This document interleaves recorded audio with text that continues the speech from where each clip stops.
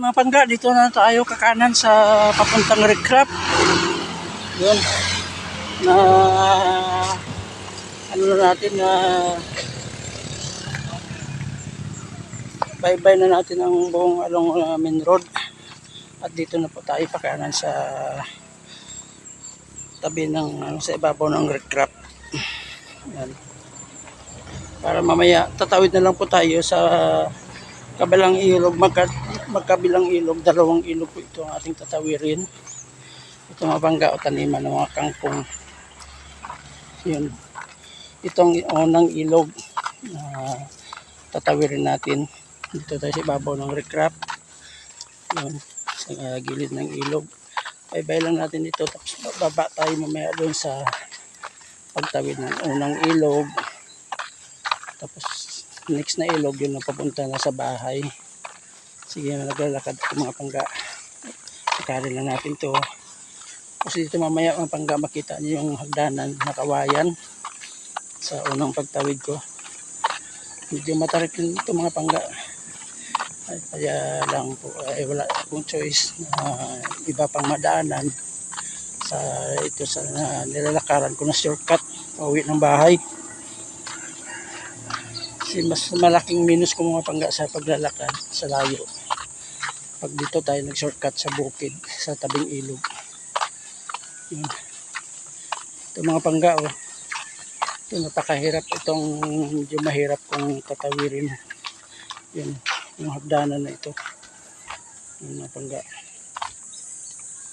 Ito yun, medyo matarik siya. Yan. Yun, bababa ako dito. Oops, nalaglag ang payong ko. Ito yung sangga. Ito yung hirap. Ang nakawayan. Kailangan natin pumisto ng maayos dito. Nakababa tayo ng maayos. Ito mga pangga yun. Ito po yung dinaanan ko ngayon. Yan o, matarik. Yan. Tapos dito na tayo ngayon sa madamo na paligid. Malado na damo. Ito mga pangga. Yun. Ito, maririnig mo lang dito mga pangga, mga huni na kulyaw, na ibon. Sa atsaring ibon na magaling dito. Ito ang pinabalak mga pangga ng daanan na kasi malago ang mga damo at saka talahib. Sana po walang ahas dito. Ito, yun, ito na ang unang ilog na tatawirin natin. Yan, mga kangkong naman ito. Kaso ang tubig dito sa ilog na ito mga pangga, ano, crowded na rin, hindi malinaw. Madulas pa pati yung mga bato na dadaanan natin. Kaya kailangan na rin dito mga pangga is kunting ingat. Ayun. Ito, nakatawid na tayo sa unang ilog. Ang next na tawirin natin yung ilog mga pangga ay papunta na sa amin. Ito ang pwede paliguan. At saka pwede rin ito panlaba. Yung nasabi ko, malinaw talaga ang tubig dito sa pangalawang tawid ko ng ilog. Mula dun sa amin sa bukid. Kasi ito po ay tubig bukal. Galing sa bundok. Ayun po. Ayun.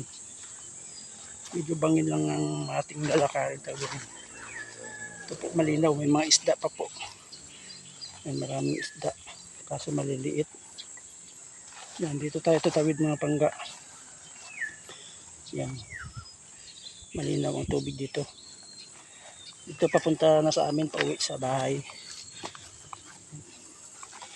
May daan na rin dito bangga dyan sa kawayan.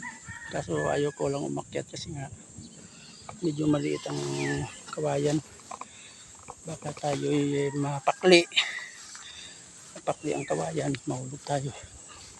Kaya dito na lang tayo magbaybay mag-shortcut sa mga damuhan na to.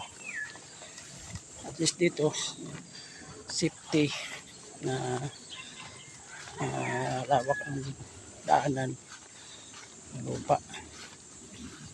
Kaya dito lang talaga ang inano natin ng baka may ahas, yun ang pinakaano ko, bahala ko dito mga pangga.